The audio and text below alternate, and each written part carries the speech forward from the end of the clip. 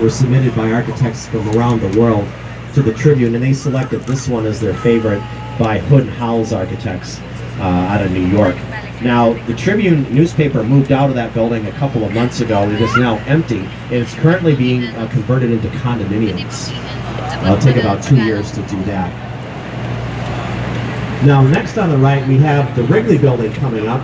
And it was completed in 1823, and it was built for the William Wrigley Chewing Gum Company, makers of Wrigley, Spearmint, Juicy Fruit, and Doublemint gum.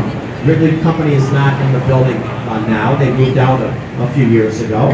There's other offices in this building today. It's in a Spanish Renaissance revival style, designed by Graham Anderson and Probst and White architects. The clock tower is modeled after the Giraldi Cathedral Tower in Seville, Spain.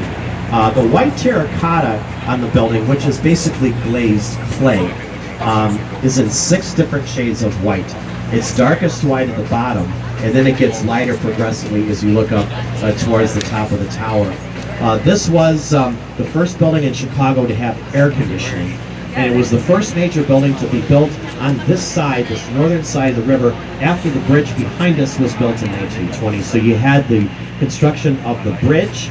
The Wrigley Building was built, the Tribune Tower, and that established this very high-quality architectural gateway that then influenced the development of Michigan Avenue into the Magnificent Mile, which today is one of the world's finest shopping streets. Now, to the right here, we have the second tallest building in Chicago. The Trump International Hotel and Tower was completed in 2009. It is the work of architects Skidmore, Owings, and Merrill. The lead architect in charge of the project for SOM was Adrian Smith, who now has his own firm, and he is the man who designed the current world's tallest building, which is the Burj Khalifa in Dubai. Now, in this building, Smith designed it to narrow down as you look up, get skinnier. Those are called setbacks, and they correspond to the heights of the buildings around it. So it's sort of like a puzzle piece that was designed to fit very well into the skyline of this neighborhood. Now, next on the right, a building of black glass and steel.